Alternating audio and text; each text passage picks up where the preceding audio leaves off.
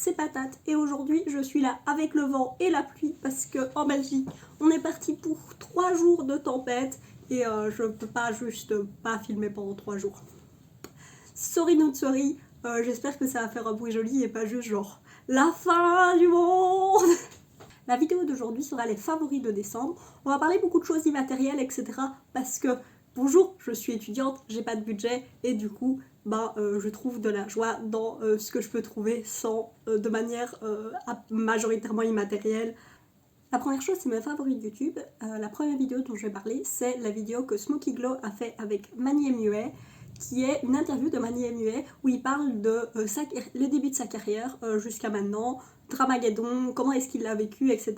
Et Lunar Beauty, comment ça fonctionne, les investissements, comment ils produisent les produits et tout ça. C'est super intéressant, ça apprend énormément de choses sur comment est-ce que le YouTube beauté fonctionne et surtout les gens qui sont arrivés là en 2014, même avant. Surtout Mani qui est un homme dans ce milieu où il n'y avait que des femmes à l'époque. C'est super intéressant, Smoky Glow qui pose des questions qui sont vraiment intéressantes et qui... on voit bien qu'ils sont... ça se voit qu'elle le respecte énormément et qu'elle va pas aller essayer de lui poser des questions un peu comme ça en tournant autour des sujets ou en essayant d'avoir des réponses un peu... non, c'est juste, voilà, on discute et c'est une interview très respectueuse et... c'est le genre de concept que j'aimerais bien plus voir sur YouTube. Je sais qu'il y a le clic d'Alix, je pense, qui fait des interviews comme ça. Alors, si je me trompe dans des gens, quoi qu'il arrive, tout sera en description et ce que je peux mettre dans le petit, il sera. Mais tout sera au moins en description, donc même si je me trompe dans un nom ou quoi, le nom exact et le lien sera en description. La deuxième chose, c'est la dernière vidéo Best Dressed. Alors Ashley, en général Ashley est un favori à jamais. Parce que Ashley est... C'est simplement quelqu'un que si je regarde une vidéo d'elle, je vais parfois juste sourire mais en même temps je vais être consciente de ce qui se passe. Et enfin, c'est juste des vidéos où on n'est pas au top bien machin de sa forme. Elle est une personne, comment dire, Ashley, ça reste une personne à laquelle on peut, qui semble être une personne réelle, qui vit la même vie que nous, même si c'est une influenceuse qui peut se permettre de décider de bouger à New York. Parce que, et là, genre, le fait que ce soit sa vidéo, c'est un tour de son appartement à New York, est-ce que c'est important que ce soit un tour de son appartement à New York? Non, mais c'est une vidéo dans laquelle elle raconte des conneries et tu vois qu'elle montre la vraie vie des gens qui vivent à New York dans un tout petit appartement qui coûte pourtant horriblement cher. Et je sais pas, c'est une vidéo qui m'a mis du baume au cœur et si vous connaissez pas Best Dress, allez la voir et allez binge-watcher tout ce qu'elle a fait cette année. Elle a fait des vidéos sur la dépression parce que c'était le mood de tout le monde, mais on fait ce qu'on peut avec ce qu'on a. La dernière vidéo dont je veux parler, c'est la vidéo de Mike the Snare dont j'avais déjà parlé dans ma vidéo sur Glee, qui est le Best of Music of 2020. Alors, oui, c'est des awards sur la musique, mais, parce que j'ai regardé pas mal de top 10 worst et best musique de l'année, souvent c'est des gens qui parlent uniquement de la pop et de ce qui finit sur le top 100 de Billboard. Non, lui, quand il fait son best de musique, il fait des catégories absolument random, genre mes chansons préférées, qui sont presque ruinées par un changement de clé au dernier refrain, ou mes chansons préférées qui sont des reprises, je crois que c'est d'Oasis avec des cheveux qui cachent une partie du visage, et il y a 2 personnes dans cette catégorie. Voilà, c'est juste, et en plus c'est plein d'artistes, il y a plein de gens que je connaissais pas moi dans le tas, et il a fait une playlist Spotify, et dans mes plans, il y a aller voir la playlist Spotify, écouter, déterminer des trucs que j'aime bien. Et en général, aller voir Mike the Snare, il a sorti sa liste des 10 albums de l'année que j'ai pas encore regardé, mais en général, il est super, il explique vraiment bien ce qu'il veut faire passer comme message. On passe sur Instagram, j'en ai 3 ce mois-ci. Le premier, c'est un Insta beauté qui est Stasha, qui c'est parmi ces gens qui m'inspirent, qui font des looks qui ont l'air pas horriblement difficiles, mais qui sortent quand même de la norme, qui restent artistiques, qui restent avec un intérêt. Je sais que quand j'étais au milieu du confinement et que tous les jours je me forçais à me maquiller de manière très artistique, là je ne me suis pas maquillée de manière artistique, c'est très portable ce que j'ai fait. Bonjour, même si j'ai des yeux de 2 couleurs différentes, ça reste très portable.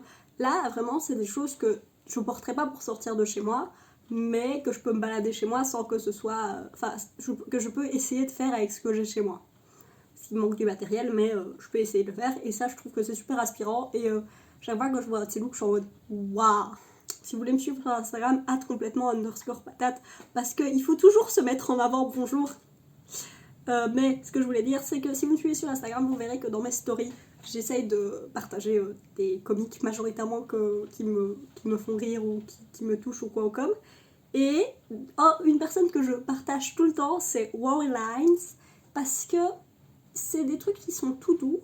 Il y a des comics qui sont sans texte, mais il y en a avec texte, et en général, oui, ils sont tellement juste tout doux, et c'est une petite bulle, et ça me fait sentir tout bien ou tout pas bien, mais ça me fait ressentir des choses, et je sais pas, c'est juste cette petite bulle de douceur, et j'adore ce qu'il fait, et avec quelques traits, il arrive à faire passer tellement d'émotions. La dernière chose, c'est un instant nature, parce que je suis majoritairement du maquillage, des comics et de la nature. Du coup, je me suis dit qu'il fallait que je parle de la nature aussi. Et ma découverte du mois, c'est Thierry Begoud. Je sais pas comment ça se dit. Il est français et il fait des photos d'oiseaux absolument adorables. Et il y a des photos de petits rouge-gorge et de martin pêcheur. Et c'est trop mignon. Et oui, voilà, c'est juste avoir des petits oiseaux mignons dans mon fil Instagram. Et c'est trop bien. Je suis faible face aux petits animaux, je sais. Ma musique du mois, alors il faut savoir que j'écoute pas de la nouvelle musique.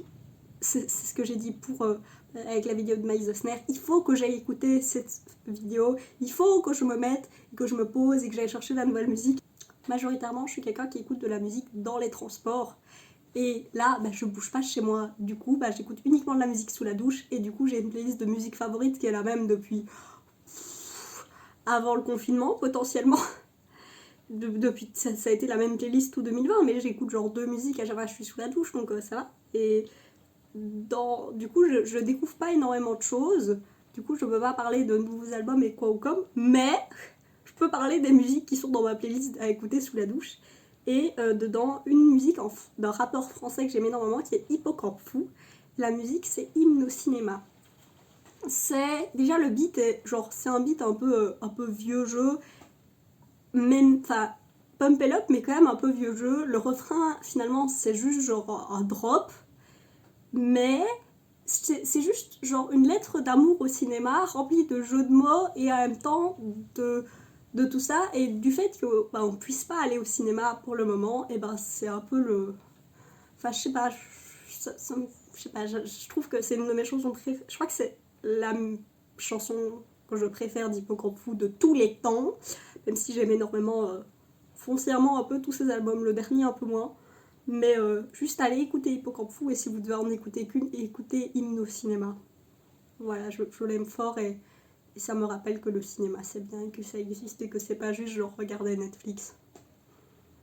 En parlant de regarder des films sur Netflix, j'avais pas du tout, pour de vrai, j'avais pas prévu cette transition. J'ai parlé de 4 films, mais il y en a un, j'ai parlé de 4 films. Le premier, c'est Paddington 1 et 2. Alors, à Noël, on s'est retrouvés avec ma mère. J'étais juste avec ma mère et mon chat pour Noël. Du coup, on a regardé Paddington 1 et le lendemain, donc le 25, Paddington 2. Alors, Paddington, le principe, c'est que c'est un petit ours qui vient du fin fond de la forêt du Pérou, qui se retrouve à arriver à Londres et qui recherche un explorateur qui avait réussi à arriver jusqu'à chez sa tante et son oncle il y a des années de cela. Et le principe de Paddington, c'est que normalement dans un film, le personnage principal est le personnage qui a l'arc. Donc si on a un personnage principal, et il commence à un certain point, et à la fin de l'histoire, c'est une autre personne. Ou alors, l'important c'est l'arc. Mais Paddington, il change pas. Paddington, c'est une personne gentille. Paddington, c'est une personne qui considère que si on est une personne bien, les personnes autour de nous se comporteront mieux. Paddington, c'est une personne qui est juste très polie, qui dit bonjour aux passants dans la rue. Paddington, c'est une personne qui rend les gens autour de lui meilleurs. En plus, c'est un film anglais, donc du Royaume-Uni, anglais, et là, ils parlent tous avec des gros accents, et enfin, je sais pas que c'est ridicule à dire, et voilà, mais juste c'est l'accent, et ils sont en mode « I beg your pardon ?» Parfait et extraordinaire. Et en plus, il y a quelques rôles. Je sais plus qui joue le père, mais c'est un monsieur qu'on a vu partout. Il y a. C'est le moment d'oublier le nom du docteur. Il y a le docteur qu'il faut que j'arrive à arriver jusqu'à cette saison. Dont j'ai oublié le nom. La personne qui veut que je continue de regarder Doctor Who, ne me juge pas trop, s'il te plaît, j'ai oublié son nom. Mais j'oublie le nom de tout le monde. Dans le 2, il y a Hugh Grant. Parce que Hugh Grant, why not, qui joue une parodie de lui-même, il est parfait. Il y a un autre truc vraiment important pour moi, c'est la direction artistique. La direction artistique dans ce film est magnifique. Il y a, si vous le regardez ou s'il l'avez déjà vu, juste la cage d'escalier. Donc c'est une cage d'escalier, et en fait il y a un arbre qui pousse le long de la cage d'escalier, et en fonction de comment est-ce que la famille se sent, l'arbre évolue. Mais toute la DA est magnifique, les couleurs, l'utilisation des couleurs, etc. Ces deux films sont trop bien. Le deuxième film, on va continuer dans les films un peu plus pour enfants, mais qu'il faut regarder quand on est grand et que je suis triste de ne pas avoir vu au cinéma parce que c'était des films pour enfants. C'est Megamind, donc c'est un DreamWorks, et comme ça DreamWorks, c'est sur Netflix comme tous les DreamWorks à peu près. Et sauf Dragon 2 et 3. J'ai revu Dragon 1 et j'ai envie de regarder le 2 et le 3, mais ils sont pas sur Netflix, je suis triste. Enfin, Megamind, donc c'est l'histoire c'est une histoire de Superman, foncièrement. C'est une planète qui va être détruite et dont les parents mettent un bébé dans une petite soucoupe et qui va finir par arriver sur Terre. Mais le truc de Megamind, c'est qu'il y a lui et qu'il y a un autre mec qui a exactement la même chose qui lui arrive et que Megamind arrive dans une prison et que l'autre mec arrive dans une famille super riche et du coup l'autre mec devient Metroman qui devient le super héros machin et Megamind devient le super méchant qui se bat contre le super héros. Et je parlais avec Paddington de l'arc, là vraiment c'est Megamind a un arc extraordinaire, tous les personnages ont des énormes arcs, le méchant du film est super, c'est le cliché, c'est le nice guy. Genre, bah oui, en fait, le nice guy, c'est un connard. Si le mec te dit, ouais, mais j'ai été gentil avec toi, t'as intérêt à être avec moi, à sortir avec moi, non, c'est pas comme ça que ça fonctionne les relations, bah de fait, c'est le méchant du film. Le film est vraiment bien fait, et les personnages ont des réactions réalistes.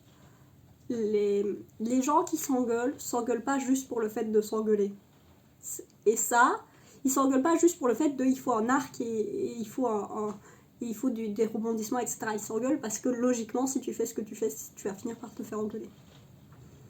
Et le dernier film, qui n'a rien à voir, puisque sinon c'est pas drôle, c'est Two Night Stands. Alors, j'ai été malade, du coup j'ai regardé des films avec Zac Efron. Oui, j'ai une vidéo de prévue avec Zac Efron. J'avais prévu de filmer une partie aujourd'hui, mais avec la pluie, j'aimerais bien avoir un son plus correct. Mais les favoris, je ne pouvais pas les repousser plus que ça. Du coup, Two Night Stands, c'est un film avec... Alors, je n'ai pas les noms des acteurs, mais c'est le mec de Whiplash et la fille qui est une ado dans Crazy Stupid Love. Et le principe, c'est que donc il y a la fille qui donc elle vit en coloc et elle déprime parce qu'elle s'est fait, donc son mec l'a trompée et du coup ils ont rompu et depuis elle déprime, elle travaille pas, etc. Et du coup il y a sa coloc qui la pousse à se mettre sur un site de rencontre. Et elle se retrouve sur un site de rencontre et elle part pour aller faire un one night stand, donc un coup d'un soir. Elle arrive chez le mec de Whiplash, coup d'un soir, machin, le matin ils s'engueulent un peu parce qu'ils sont pas très corrects l'un avec l'autre. Et puis en fait ils réalisent que c'est le blizzard de New York, enfin c'est le blizzard à New York, qu'ils sont bloqués chez eux parce qu'il y a tellement de neige que la porte ne s'ouvre plus et qu'elle est obligée de rester là encore 24 heures en plus. Alors c'est une comédie romantique, du coup tout le monde sait comment ça va se finir. Mais ce qui est important, je trouve que c'est, parmi ces comédies, souvent dans les comédies romantiques, on fait « Ah, ils ont un lien, machin », bah là on les voit créer un lien, parce que sur 1h30, on a le temps de montrer à peu près 2 jours, avec ce fait de... On a le temps de montrer les liens qui se créent, les conversations, Oui, on a le temps de montrer qu'ils ont des choses en commun, des choses pas en commun, qu'est-ce qui plaît l'un chez l'autre, etc. Qu'est-ce qu'ils essayent de cacher, leurs insécurités, le fait que l'autre accepte. C'est vraiment montrer le début d'une relation dans une capsule, mais vraiment bien montrer, pas juste le fait qu'il tombe amoureux parce qu'il tombe amoureux et parce que la fille est mignonne, genre vraiment c'est vraiment plus que ça. Et aussi et un truc tout con que je trouve super intéressant, c'est l'utilisation des vêtements. Je trouve que la personne qui a fait les costumes est vraiment une personne très très bien, parce qu'en gros le principe, donc on est à New York, donc il fait froid, donc on porte plein de couches, et en fonction de son état d'esprit, en fonction de leur état d'esprit, en fait la fille elle arrive et elle a qu'un seul set de vêtements, elle est bloquée là, elle était partie pour repartir le lendemain matin, mais en fonction de son état d'esprit, elle a plus ou moins de vêtements, et des vêtements qui sont mis les uns différemment par rapport aux autres, et ça, je trouve que ça c'est montrer son état d'esprit par les costumes, en ayant une si petite palette de costumes. Et c'est un huis clos, c'est un film qui a dû coûter rien à produire, et pourtant les dialogues et tout ça sont vraiment vraiment bien écrits, et ils sont vraiment obligés d'être sur leur personnage parce qu'ils peuvent pas avoir toutes les actions qui se passent. Et pour une comédie à l'échelle de la comédie romantique, du qualitatif. Et la dernière chose dont je parlais, c'est que j'ai fait de la pâtisserie. Et du coup, j'ai fait des biscuits, j'ai fait du cake, j'ai fait des cookies. C'est tout ce que j'ai fait. J'ai appris à faire des rostis maison. Et en fait, simplement, j'adore faire de la pâtisserie, mais je peux pas manger du sucre. Du coup, je mange rarement la pâtisserie que je cuisine. Et là, comme c'était Noël et que j'avais des gens à qui je pouvais donner de la pâtisserie, j'ai fait de la pâtisserie et je suis contente. Parce que genre juste avoir les mains dans la pâte et surveiller des trucs dans le four et mettre des trucs dans des emporte-pièces, je sais pas, ça a occupé ma journée d'une manière où je me suis sentie que j'avais fait quelque chose, j'étais contente de ma journée, de ce que j'avais fait, et j'étais fatiguée, mais c'était de la bonne fatigue. Du coup, si vous savez pas quoi faire, faites de la pâtisserie, et si vous avez pas un four, faites des crêpes. Sur ce, j'espère que cette vidéo vous aura plu, que vous aurez découvert des trucs à aller un petit peu chercher, et j'espère que vous passerez une bonne journée. Des bisous!